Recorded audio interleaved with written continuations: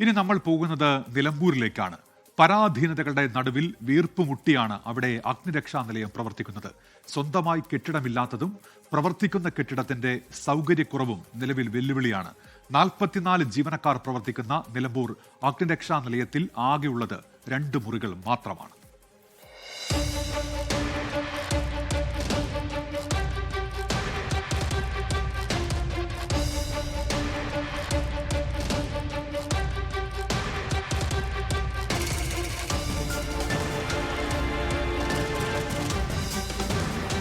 മലപ്പുറം അഗ്നിരക്ഷാ നിലയം കഴിഞ്ഞാൽ ജില്ലയിൽ ഏറ്റവും കൂടുതൽ കേസുകൾ റിപ്പോർട്ട് ചെയ്യപ്പെടുന്നത് നിലമ്പൂർ അഗ്നിരക്ഷാ നിലയത്തിലാണ്.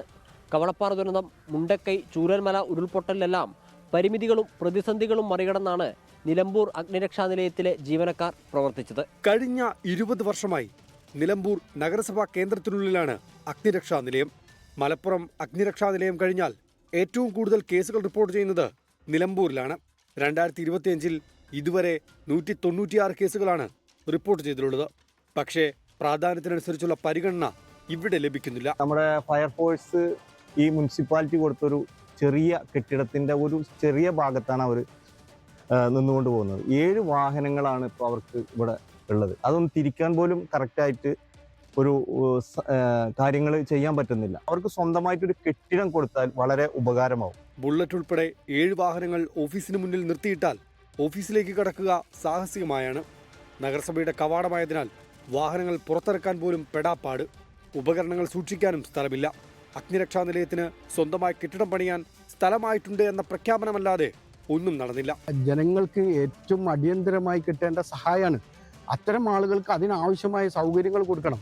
റവന്യൂ ഡിപ്പാർട്ട്മെന്റിൽ സ്ഥലമുണ്ട്, അങ്ങനെ ഒരുപാട് സ്ഥലങ്ങളുണ്ട്. ആ സ്ഥലം സൗകര്യത്തോടു കൂടി എടുത്തിട്ട് അടിയന്തരമായിട്ട് നല്ലൊരു ബിൽഡിങ്ങും കാര്യം എടുക്കണം.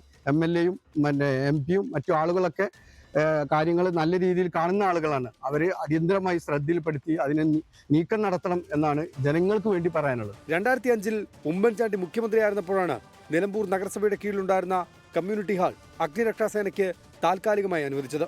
നഗരസഭയുടെ പുതിയ കെട്ടിടത്തിനായി കമ്മ്യൂണിറ്റി ഹാൾ പൊളിച്ചപ്പോൾ നഗരസഭയുടെ ചെറിയ ഒരു കെട്ടിടത്തിലേക്ക് മാറ്റി.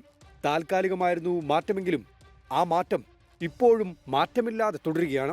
ഇപ്പോൾ ഒരു നിലമ്പൂരിനെ മാതിരി പ്രകൃതി ദുരന്തങ്ങളും കാടും പുഴകളൊക്കെ ധാരാളമുള്ള സ്ഥലങ്ങളിൽ വാഹനങ്ങളൊക്കെ പെട്ടെന്ന് തിരിക്കാനും വരാനും പോകാനൊക്കെ ഉള്ള സൗകര്യത്തിന്റെ ഒരു സ്ഥലത്താണ് ഇത് വെക്കണമെന്നുണ്ടെങ്കിൽ വളരെ ഉപകാരമായിരിക്കും. നാട്ടുകാർക്കും ഉദ്യോഗസ്ഥർക്കും എല്ലാവർക്കും ഒരു ഉപകാരമുള്ള സംഭവം. 20 വർഷമായി നഗരസഭാ കാര്യാലയത്തിന്റെ ചെറിയ 2 മുറികളിൽ പ്രവർത്തിക്കേണ്ട ഗതികേട് ഒരുപക്ഷെ നിലമ്പൂർ അഗ്നിരക്ഷാ നിലയത്തിനു മാത്രമായിരിക്കും. നാട്ടുകാരുടെ സുരക്ഷയ്ക്ക് വേണ്ടി 24 മണിക്കൂറും പ്രവർത്തിക്കുന്ന ജീവനക്കാർക്ക് അടിസ്ഥാന സൗകര്യവും സുരക്ഷയും ഒരുക്കേണ്ടത് അത്യാവശ്യമാണ്. അധികൃതർ ശ്രദ്ധിക്കേണ്ട കാര്യവുമാണത്. പൊതുജനം കഴുതയല്ല സാർ.